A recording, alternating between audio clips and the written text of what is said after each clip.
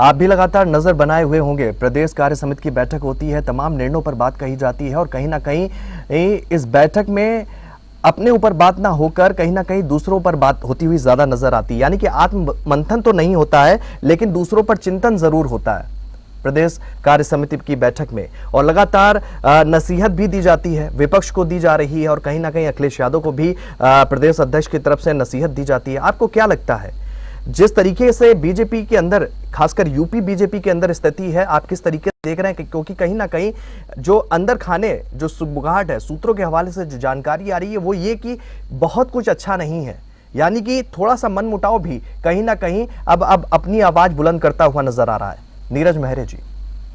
देखिए शोभित जी, जिस तरह से जो हमने अभी आपने चर्चा की कि पूर्व मंत्री मोती सिंह का बयान और मिश्रा जी जो विधायक हैं उनका बयान, तो निश्चित रूप से इससे साफ जाहिर हो रहा है कि कहीं ना कहीं पार्टी के कार्यकर्ताओं के साथ साथ नेताओं जनप्रतिनिधियों की भी उपेक्षा की जा रही है। और उस उपेक्षा का प्रमाण अगर हम बात करते हैं तो थोड़ा सा जो कार्य समिति की बैठक में जो कमी रह गई थी वो केशव प्रसाद मौर्य जी ने पूरी कर दी।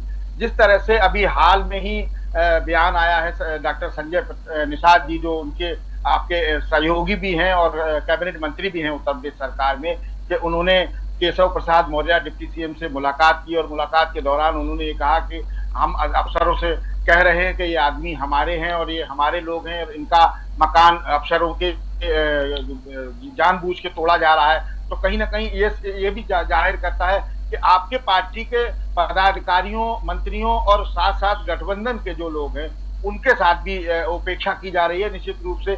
तो अफसरों की जो नौकरशाही है वो निश्चित रूप से लोकसभा चुनाव के बाद ऐसा लगा था कि इस पे नौकरशाही की जो चल रही है उस पे बहुत सारी लगाम लग जाएगी, लेकिन चुनाव के बाद भी परिणाम के बाद इस तरह की चीजें नहीं हो पाई। तो निश्चित रूप से कहीं ना कहीं संगठन और पार्टी दोनों में कुछ ना कुछ चल रहा है, जिसका रिजल्ट देखने को हमें और आपको सामने मिल रहा है कि बयानबाजी अब विपक्ष के विरोध के स्वर फूटने लगे हैं निश्चित रूप से। तो कहीं ना कहीं कुछ ना कुछ तो गड़बड़ है, लेकिन बहुत सारी चीजें, चूंकि राजनीति है, ये राजनीति और जंग में बहुत सारी चीजें जायज होती हैं।